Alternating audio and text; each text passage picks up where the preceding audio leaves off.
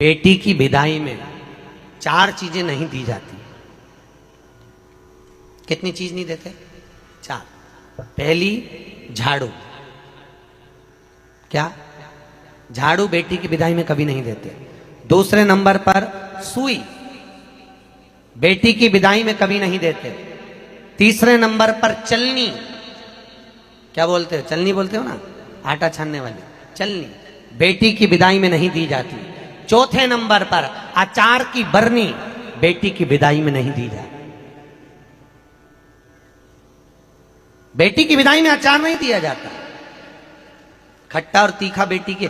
और जिस घर में मायके से बेटी की विदाई में अचार दिया जाता है, उस घर में बेटी कभी सुखी नहीं रह सकती। लिख के रख ले, उसको कुछ ना कुछ तकलीफ रहेगी।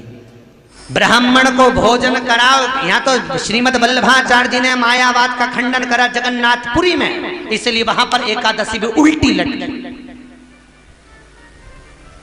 जगदीश में एकादशी कैसी लटकी है? उल्टी। क्योंकि जगन्नाथपुरी में मायावाद का खंडन श्रीमद वल्लभाचार्य जी ने करा, और मायावाद का खंडन कर कर कहा, पंडित लोग बोल रहे थे कि मरने के बाद एकादशी का दान करो, तो श्रीमद वल्लभाचार्य जी ने कहा जीते जी एकादशी का दान करो। क्यों? मरने के बाद गरुड़ पुराण में लिखा है 10 दिन तक जीवात्मा रहती है। कितने दिन? उसमें से 10 दिन तक जीवात्मा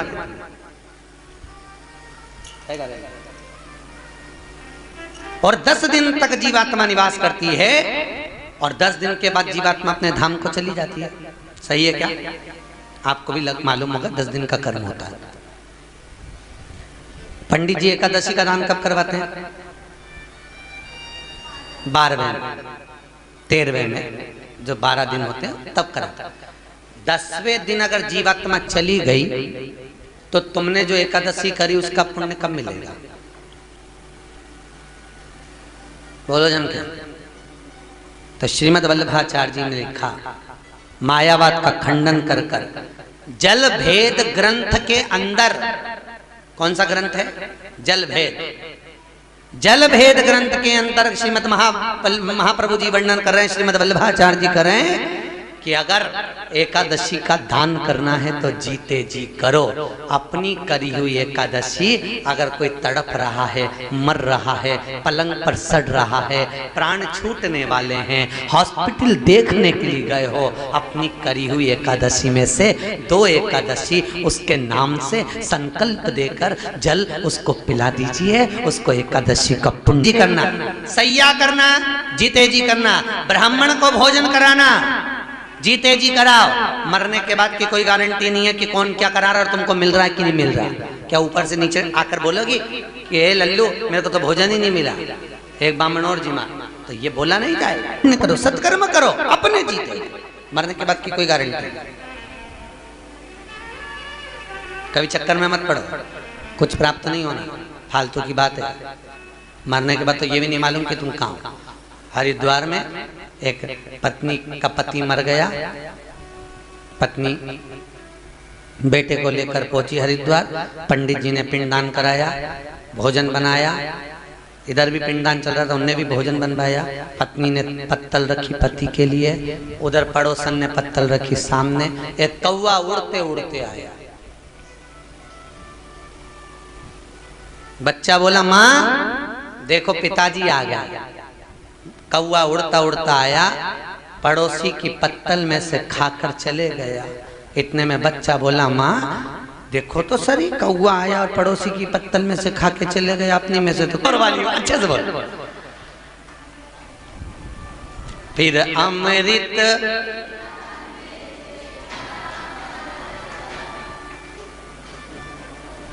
कभी अपनी बॉटल किसी को, माँ बाप की इज्जत नहीं होती, उस घर में देखना कभी बरकत नहीं होती। जहां माता पिता का सम्मान हो, आदर हो, सत्कार हो, वहां पर लक्ष्मी बढ़ती है।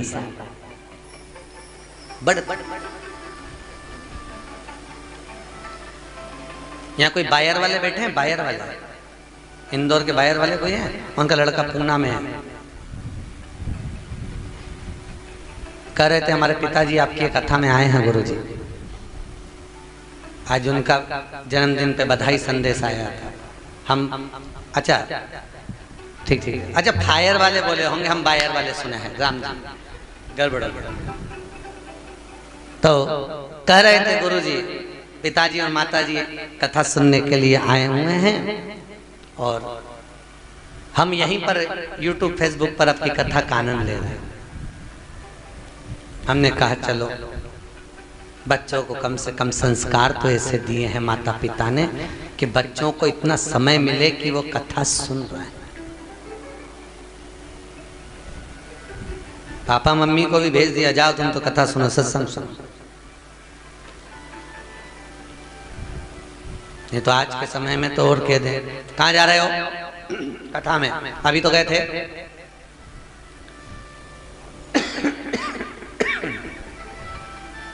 जब अभी गए थे तो फिर बार बार क्यों जा रहे हो, समझा दो। उदर की तृप्ति के लिए रोज भोजन जरूरी है, आत्मा की तृप्ति के लिए रोज काफी है, बहुत है।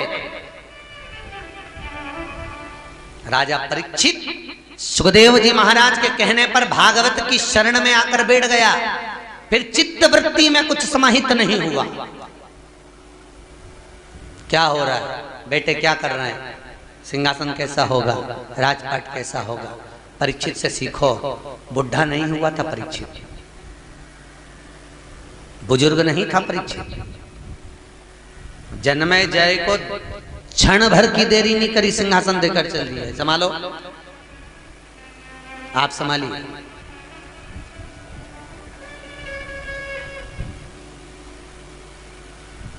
महाराज अब यहां द्रौपदी के 5 पुत्र सो रहे हैं और अश्वत्थामा वो द्रौपदी के 5 पुत्रों को रात्रि के समय पर जाकर मार रहा है। ब्राह्मण का पुत्र है अश्वत्थामा, गुरु का पुत्र है अश्वत्थामा, ब्राह्मण होकर गलत कर्म कर, ब्राह्मण होकर गलत कर्म कर। अच्छा बताओ, एक ब्राह्मण का बेटा होकर ऐसा क्यों कर गया? अश्वत्थामा तो इतना विद्वान था, उसने क्यों मारा सोते हुए ब्राह्मणों पर बच्चों को क्यों मारा? ज्ञान की मणि लगी हुई थी।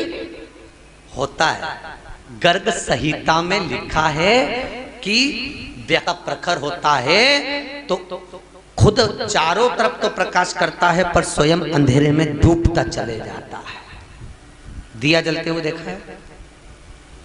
अरे बोलो तो, प्रकाश कहाँ है? पूरे कमरे में। अंधेरा कहाँ है? दिए के।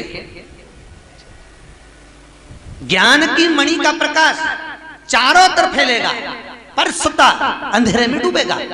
बहुत विद्वान व्यक्ति, बहुत विद्वान व्यक्ति कहीं अभिमान में इतना समाहित हो जाता है कि उसको सामने वाला अनभिज्ञ नजर आता है।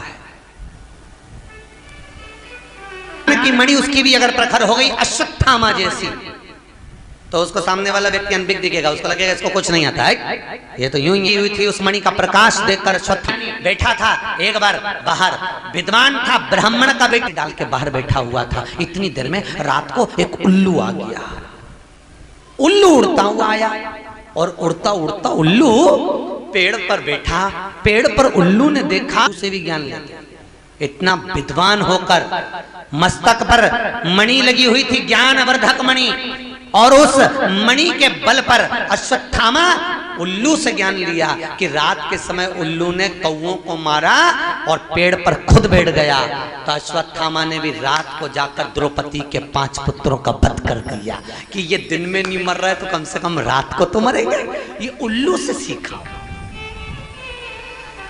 बहुत ध्यान रखना, अपनी जिंदगी में सत्संग करो, संकीर्तन करो, पर कहां बैठकर करो, किसकी शरणागति में करो, कहां बैठकर सत्संग का स्मरण करना है, यह हमारा शास्त्र बताता है। भागवत जी में यहां तक लिखा हुआ है कि कथा कहां बैठकर सुनना चाहिए, उसका भी नियम लिखा है। कथा कहाँ बैठकर सुने उसका भी नियम है। कई लोग कहते हैं आसन पर बैठकर सुनो, कोई कहता है इस पे बैठकर सुनो। यहाँ तो श्री गर्गाचार्य बाबा स्वयं गर्ग संहिता के अंदर लिखा है सत्संग कहाँ बैठकर करना, कथा कहाँ बैठकर सुनना। अगर पहचान वाले के पास में बैठकर सुनोगे, कोई भी बात अच्छी आई तुरंत बात में लग जाओगे, और दुश्मन के पास में बैठ के सुनोगे और जरा सी भी नींद का झोंका आया ऐसी देगी न धर के 7 दिन तक नहीं आएगा। काय को बैठकर सुने? इसीलिए मेरे ख्याल से पति पत्नी को साथ में बिठाते हैं।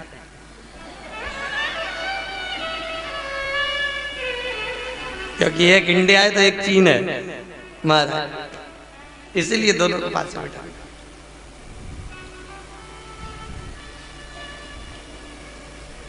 पर कभी कभी पतियों को देख के दया भी बहुत आती रही जी, ईमानदारी की बात बोल रहे, बहुत दया है। तो लगा ये मेरी पत्नी आगे है, इसको काट खाएगा, और पत्नी को काट खाएगा तो रोटी कौन बनाएगा, टिफिन कौन बनाएगा, बच्चों को इस तैयार कौन। पत्नी पीछे खसक गई, कुत्ता और आगे आया, पति पत्नी दोनों पीछे हटे। अब तो पति को लगा ये कुत्ता काट खाएगा, इतने में जैसे कुत्ता लपका, पति ने पत्नी को गोदी में उठा लिया। गोदी में इसलिए उठाया कि मेरे पाँव में काट लिया पर पत्नी को नहीं काटे। जैसे गोदी में उठाया कुत्ता भाग गया।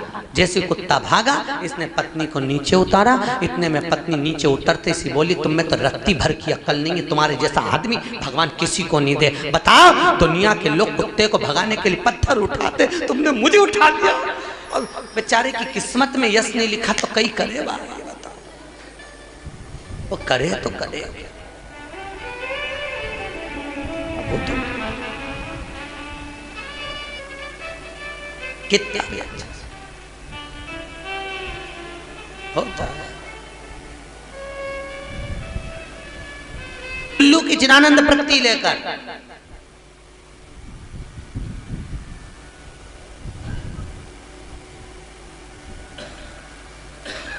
दीपावली के दिन एक भगत रात को फोन करे, गुरुजी जय श्री कृष्ण। हमने कहा हैप्पी दिवाली, हमने हैप्पी दिवाली। हमने पूछा अभी तक सोए नहीं? नहीं गुरुजी। हमने पूछा क्यों नहीं सोए? हमको तो उल्लू ही नहीं दिखा। तो हमने कहा कहाँ लिखा है पुराण में कि दीपावली के दिन उल्लू देखो? नहीं महाराज जी, हमने उल्लू देख रहे हैं क्योंकि लक्ष्मी जी उल्लू पे बैठती है। तो हमने सोचा उल्लू एक बार दिख जाएगा तो हमारे घर में लक्ष्मी भर आ जाएगी। हमने कहा बिल्कुल अच्छे से देख ले, उल्लू लेके आएगी।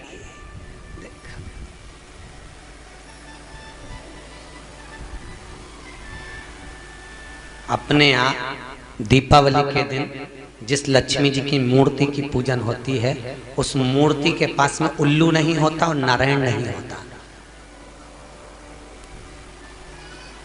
कौन कौन नहीं होता? जम के बोलिए। ना नारायण होंगे ना उल्लू होगा, केवल लक्ष्मी जी बैठी है। इसलिए किसी किसी के यहाँ लक्ष्मी की मूर्ति नहीं आती तो गुजरी लाते। गुजरी देखिए वो दिए लगे रहते हैं मूर्ति के अंदर कि लक्ष्मी जी ने रखे तो गुजरी धर दो, क्योंकि ना उसके पास में उल्लू हो ना नारायण, दोनों। क्यों? हिंदू धर्म के अंदर शास्त्र की रीति से हर गज। और नारायण क्यों नहीं होते पास में? नारायण ना होने का कारण क्या है? क्यों? क्योंकि लक्ष्मी एक बार भगवान विष्णु से कह दी थी महाराज सबसे प्रबल में, सबसे प्रखर में मुझसे आपकी सत्ता है। भगवान विष्णु को बुरा लग गया। नारायण बोले लक्ष्मी तू अपने आप में इतनी प्रखर बनती है, तू तो खुद अपने आप में पूर्ण नहीं है। लक्ष्मी पूर्ण है क्या? नहीं। तू तो खुद अपने आप में पूर्ण नहीं है। इतने में लक्ष्मी जी ने नारायण से कहा प्रभु तुम मुझे अपूर्ण कह रहे हो। भगवान कह रहे लक्ष्मी हाँ मैं तुझको अपूर्ण कह रहा हूं क्योंकि तू अपूर्ण है, तो पूर्ण नहीं। लक्ष्मी को क्रोध आ गया, आंख में आंसू भरकर रोती हुई सरस्वती के पास चली गई। सरस्वती ने पूछा लक्ष्मी क्यों रो रही है, क्या हो गया? लक्ष्मी कहती है मेरे पति मुझे अपूर्ण कहते हैं। पति तो पत्नी का मान करता है, सम्मान करता है, प्रतिष्ठा करता है, पर मुझे अपूर्ण कर रहा है मेरा पति मुझको। सरस्वती जी बोली रो मत, चल पार्वती के पास चलते हैं। पार्वती के यहाँ पहुंचे। पार्वती मैया बैठी थी, क्या बात है, क्यों रो रही हो? लक्ष्मी जी कहती हैं मेरा पति मुझे अपूर्ण कर रहा है। सरस्वती ने कहा इसका पति इसको अपूर्ण कर रहा है, कुछ करिए। इतने में पार्वती जी बोलती हैं काहे को चिंता करती है, ले मैं आज तुझे पूर्ण कर देती हूँ। नारी जब अपूर्ण होती है, जब उसकी गोदी में संतान नहीं होती है, इसलिए मैं तुझे पूर्ण करती हूँ। लक्ष्मी की यहाँ संतान नहीं थी, क्योंकि श्राप था भगवान विष्णु को ददीची ऋषि की धर्म पत्नी सुवार्च का कि तुम्हारे यहाँ औलाद नहीं होगी, मैं तुझे पूर्ण करता हूं। पार्वती जी ने गणेश जी को गोदी में उसे उठाया, लक्ष्मी की गोद में दे दिया, ले आज से मेरा ये पुत्र तेरा पुत्र होगा और तू पूर्ण लक्ष्मी कहलाएगी। इसलिए हिंदू धर्म में दीपावली के दिन बच्चे भी आपसे पूछते होंगे पिताजी आप सरस्वती की पूजन करते हो, गणेश जी की पूजन करते हो, लक्ष्मी जी की पूजन करते हो, फिर लक्ष्मी जी के पति की पूजन भगवान विष्णु की क्यों नहीं करते? तो उसका केवल एक कारण है, अगर नारायण के साथ में लक्ष्मी का पूजन होगा तो वो अपूर्ण लक्ष्मी कहलाएगी, और गणेश जी के साथ अगर लक्ष्मी का पूजन होगा तो वो पूर्ण लक्ष्मी कहलाएगी। महाराज पूर्ण लक्ष्मी, और हर व्यक्ति अपने घर में पूर्ण लक्ष्मी चाहता है, इसलिए दीपावली के दिन नारायण के साथ नहीं गणेश के साथ लक्ष्मी को पूजा जाता है। पूर्ण लक्ष्मी, ये पूर्ण बने, पूर्णता। भगवान गणेश जी महाराज सरस्वती का पूजन इसलिए होता है क्योंकि सरस्वती लक्ष्मी को पार्वती क्या लेकर गई, बुद्धि के लिए उसका पूजन सा। तो हमारे यहाँ जो पाना मिलता है, देखा तो फोटो जो मिलता है दीपावली पे, वो फोटो में लक्ष्मी और कौन कौन होता है, गणेश और सरस्वती, तीनों। बिना गणेश के लक्ष्मी का पूजन पूर्णता में हो। अब द्रौपदी के 5 पुत्र सो रहे थे, अश्वत्थामा ने मार दिया, प्राण छूट गए। द्रौपदी रोती, पुकार पड़ी, भगवान के आवाज लगाई। भगवान उठकर भीम और अर्जुन से बोले तुम जाओ जरा देखो द्रौपदी क्यों रो रही है, जाइए। पूछा क्यों रो रही? मेरे पुत्रों का वध कर दिया। अश्वत्थामा ने सोते हुए पुत्र को मारा। द्रौपदी को पुत्र मर गए उसका गम नहीं है, द्रौपदी को गम इस बात का है। देखो पांडव के पुत्र मरे थे तो 2 बहुत रोए थे, एक दुर्योधन बहुत रोया था, एक द्रौपदी बहुत रोई थी। तो दुर्योधन से पूछा अश्वत्थामा ने पांडवों के पुत्र मर गए तू क्यों? मुझे नहीं मालूम था कि वो पांडव के पुत्र सो रहे हैं, मैं तो समझा कि पांडव सो रहे हैं, तो तुमने पुत्रों को क्यों मारा? तो अश्वत्थामा कहते क्या हुआ, बाप नहीं मरा बेटा तो मर गया, तुम्हें तो प्रसन्न होना चाहिए, फिर रो क्यों रहे हो? दुर्योधन कहता रोने का केवल एक कारण है, हम भी मर जाएंगे, हमारे ये पांडव भी मर जाएंगे। कम से कम इन पांडवों के पुत्र जीवित रहते तो तर्पण और तिलांजलि तो कर देते, उतने में ही हम तर जाते। पर अब वो भी मर गए तो तर्पण तिलांजलि कौन करेगा? देखो ऐसा नहीं है, दुर्योधन समझदार तो था, बस थोड़ी संगत बुरी थी उसकी, समझदार तो था। अगर सही मायने में बताए ना, अगर गांधारी अगर दुर्योधन को संभाल लेती ना और गांधारी कह देती दुर्योधन ये गलत है तो मान जाता। सबसे बड़ा बच्चों को नष्ट करने में, परिवार को नष्ट करने में सबसे बड़ा हाथ होता है घर के माता का। माँ अगर प्रखर हो जाए, कई माताएं रोती हैं आंख में आंसू भर भर कर। एक वो मिली थी कहीं मुंबई में, कथा में कह रही थी गुरुजी हमारा बेटा बहू हमको बहुत प्राण दे रहे, हम कहाँ करें, हाथ उठा ले रहे, कहाँ जाएं तो बहू कहती है कि मैं मर जाऊंगी, कपड़े फाड़ कर कहती है कि मैं थाने में चली जाऊंगी, कि मेरी सास मुझे जहर पिला रही है, मार रही है, उल्टा हम फंसे जा रहे हैं, क्या करें? हमने कहा कुछ मत करो, त्याग करो, चलो भजन। बोलो ही मत। ऐसी कैसी भीड़ पड़ी है वृद्धाश्रम में बुढ़ों की, पहले नहीं थी, अब इतनी बढ़ती चली जा रही है कि वृद्धाश्रम में पलंग कम पड़ रहा है महाराज, इतने बूढ़े लोग आ रहे हैं इतने।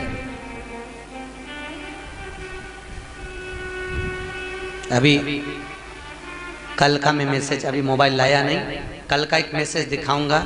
यहीं सोनीपत के पास में से एक भाई ने मैसेज लिखकर भेजा, गुरुजी एक बूढ़ी माँ मिली है, बेटा माँ को तीर्थ कहीं कोई इधर कोई तीर्थ है कुरुक्षेत्र आदि में घुमाने के लिए लाया था, छोड़कर बस अड्डे पे कह दिया कि मैं आ रहा हूँ, इस बस में बैठो, और माँ को बिठाकर बच्चे गाड़ी लेकर चले गए। माँ बस में नीचे उतरकर बच्चों को ढूंढती फिरी, 2 दिन हो गए उसको ढूंढती ढूंढती, पागल जैसी लोग पत्थर मार रहे हैं। तब उस माँ से पूछा तो इधर उधर ढूंढ रही है, पड़ी हुई है स्टेशन पर, बस स्टैंड पर, क्या हुआ? मेरा बेटा कहकर गया था बस में बैठो मैं आ रहा हूँ चलेंगे, और चले गया, मिल नहीं रहा, फोन लगा रहा है उठा नहीं रहा। बड़ी बुरी दशा है,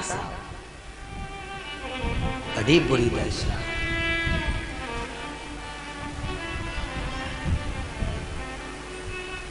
लोग हमसे कहते हैं महाराज आप कहते हो कि वृद्धाश्रम भारत की भूमि पर कलंक है, क्योंकि माता पिता की लोग सेवा नहीं कर पा रहे, कलंक ही माना जाएगा। और आप खुद वृद्धाश्रम बना रहे हो, बस केवल बनाने का एक ही कारण है कि इनका गति क्या होगी, इनकी अवस्था क्या है। कम से कम मंदिर में भजन करेंगे, 2 रोटी खाएंगे, भगवत नाम तो जपेंगे। अवस्था बहुत कठिन है महाराज। फिर कहूंगा संत बनना सरल, साधु बनना सरल, पर गृहस्थी बनना कठिन है महाराज। पूरा जिंदगी नोच नोच कर दे दिया जाता है और आखिरी में भी कोई सुख का अनुभव नहीं होता। बहुत किस्मत वाले हो आप सब, बहुत किस्मत वाले हो। सुखदेव जी महाराज से विनती करना आप जैसी किस्मत सबको दे। आपके बहू बेटा बहुत अच्छे हैं, इसलिए आप कथा में बैठे हो, सब सत्संग सुन रहे, बहुत किस्मत वाले, भगवान अच्छे, बहुत भाग्य। सत्संग में रुचि तो बन। और फिर निवेदन है माताओं भाइयों, बुढ़ापा शरीर जब होता चले जाए, मुख को मौन करना प्रारंभ कर लो, चुप रहो। बोलोगे नहीं सुनेंगे तो दुख तुमको होगा। तो क्या किसको रोइए चादर तान के सोई, अपने को नहीं बोल। बहुत मस्ती, बहुत मस्ती। और तीर्थ में कथा में आए हो ना, बहुत प्रसन्न रहना, जिंदगी का सारा सुख आपको मिल गया, ऐसे आनंद में रहना, मुख उतार कर नहीं। दुख भी होगा ना तो प्रसन्न रहना। सुखदेव जी महाराज भी कहेंगे मेरे घाट पर आकर इतनी खुश है, घर में जाती है इतनी दुखी रहती है, जा आज से तो खुश ही रहना, भगवान भी प्रसन्न कर कर भेज देगा आपको। दुखी ना, दुख का अनुभव ना होगा। लोग हमसे कहते महाराज जी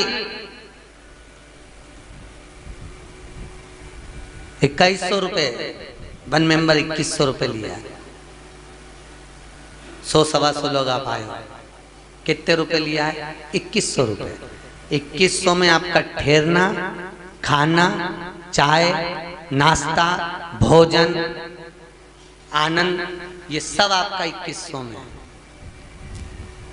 मेरे को कल वो बोल रहे थे, यहाँ पर कथा हुई अभी कुछ दिन पहले, एक पोथी का 21-21 हजार था। अभी एक महाराज कथा करके गए और उसमें 1 मेंबर चाट, और लोग तो भी भूख से बलबला रहे थे, खाना तक नहीं मिल पा रहा था।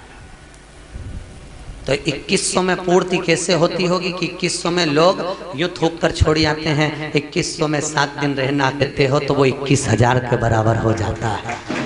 कराने वाला ठाकुर जी बैठा है, सब कराता है। आप जो देते हो दान सहयोग जो मिलता है, आप लोगों की पूर्ति में आपकी पूर्ति हो जाती है। करना क्या है? हमको कौन सा जोड़ के मरना है? हम खुद कहते हैं पूत सपूत तो की धन संचय, पूत कपूत तो की धन संचय। बेटा सपूत होगा खुद जोड़ेगा, और बेटा कपूत होगा कितना भी जोड़ कर जाना सब कहीं डब्बे में शेयर मार्केट में चूना लगा देगा, कहीं इसके लिए छोड़ रहे। अगर आपने कुछ दिया है तो आपको समर्पित कर कर जाएंगे, क्योंकि हमको ले जाकर यहाँ से बोझा ढोकर थोड़ी ना जाना है। यहाँ से अगली कथा राम कथा माँ कथा करेंगे, फिर आगे बेंगलोर निकल जाएंगे। कथाएं निरंतर करना क्या है? अपन बात कर रहे थे कि कई लोगों का व्रत है, उस दिन एकादशी पड़ गई थी शायद, एकादशी का व्रत चल रहा था, तो एकादशी है और ऐसा है और वैसा है, तो अब जीवड़ा कर रहा खा लूं, एक मन कर रहा एकादशी है खाऊं नी खाऊं, मन कर। शास्त्र कहता है भगवान खुद कहते हैं खूब चरो पर एकादशी करो, मुख उतार कर नहीं, खूब। हम तो आप लोगों से भी कहते हैं आधा किलो चिप्स तल के रख लो, मूंगफली का दाना, चक्की सब बना के रखो, फ्रिज पे, कूलर पे, वॉशिंग मशीन पे, जहां से निकलो वहीं चरो, एकादशी करो, खूब खाओ, भूखे रहकर नहीं। और यहां भी निवेदन है, नाश्ता भी करना तो ऐसे मत करना कि कोई कमी हो, तुम तो खूब डट के निपटाओ। कितना खाओ उतना जितना पचा सकते हो, और कमाओ उतना जितना भोग कर सकते हो।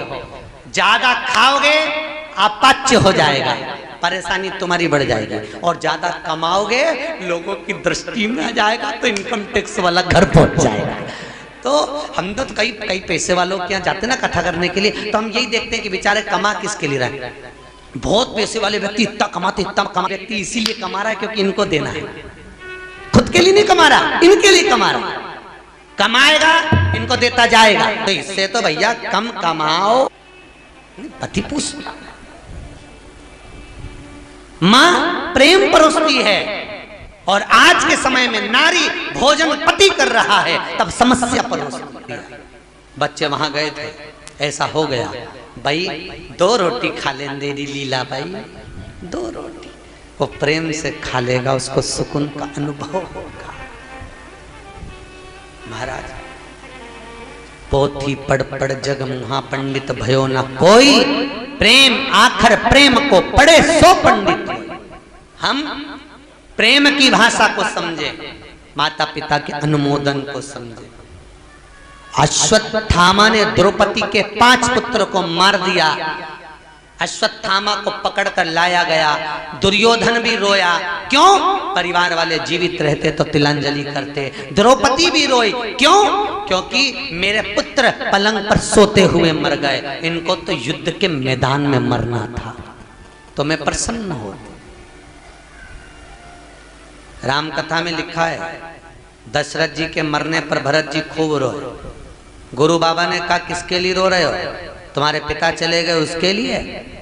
तो गुरु जी नैमिषारण्य कथा, हरिद्वार कथा, जगन्नाथ कथा, ऐसी कौन सी कथा है जो छोड़ी हो? उन्होंने खूब सुनी, और बच्चों में भी वो संस्कार दिए कि सुनो कथा में अग्रण्य रहो, और पति से भी कहती थी करते रहो। भजन करो, सत्संग करो।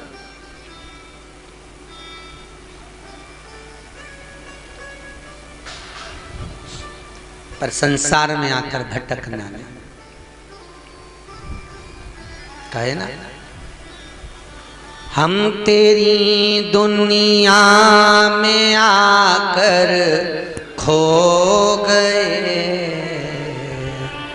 लेना था हरि नाम और हम सो गए, लेना था प्रभु नाम और हम, बोलो बोलो, और हम सो। तेरी दुनिया में आकर खो गए, लेना था हरि नाम और हम सो। बड़ी मुश्किल से मनुष्य का शरीर मिला। अश्वत्थामा को पकड़कर खड़ा करा, द्रौपदी से कहा इसके मस्तक पर मणि है, तलवार ले द्रौपदी, निकाल दे, इसका शीश काट दे।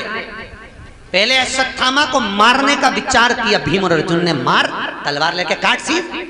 द्रौपदी हाथ जोड़कर कहती है मैं इसका शीश नहीं काट सकती, ये मैं ब्राह्मण का पुत्र है, गुरु का पुत्र है, गुरु का पुत्र है। तो द्रौपदी जब बोली तो भीम ने कहा कर्म तो बुरा करा है। बहुत ध्यान रखना साहब, इस कथा में सारे तीर्थों से हटकर कथा चल रही है, बहुत ध्यान रखना। एक व्यक्ति कह रहा था कि हम गंगा के घाट पर रह रहे हैं, हम गंगा नहीं नहाए तो भी हम वैकुंठ जाएंगे। कहाँ जाएंगे? बोलो जम के, वैकुंठ। जब मरा तो गरुड़ पुराण में जो 94 नरक लिखे हैं, सारे नरकों में जाकर गिरा, सारे नरकों में। तो उसने जाकर वहां पर हड़ताल कर दी कि हम तो गंगा के घाट पे रहते थे, फिर हमें नरक क्यों पटका। तो धर्मराज ने कहा तेरे जैसा पापी दुनिया में नहीं होगा, गंगा के घाट पे रहकर भी कभी गंगा नहीं नहाया तो तेरे बराबर का पापी कौन सा, नरक पटका।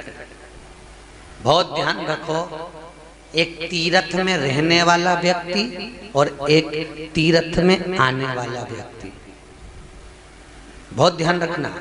एक तीर्थ में रहने वाला और एक तीर्थ में आने वाला, दोनों में सबसे ज्यादा पुण्य का भागी कौन होता है? बोलो बोलो जरा जम के बोलो, और नहीं तो घर जाकर करके संहिता पढ़ो। कौन है सबसे ज्यादा पुण्य भागी? जो तीर्थ में आया है, जो रह रहा है वो नहीं। क्यों?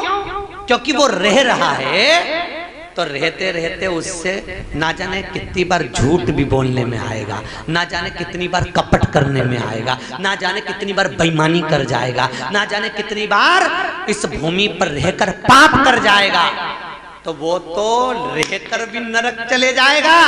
और एक आप भले अपने शहर में कैसे भी रहते हो, पर तीर्थ में आकर आप पाप नहीं कर सकते। आपके मन में थोड़ा थोड़ा पुण्य जागृत रहेगा, भजन करोगे। इस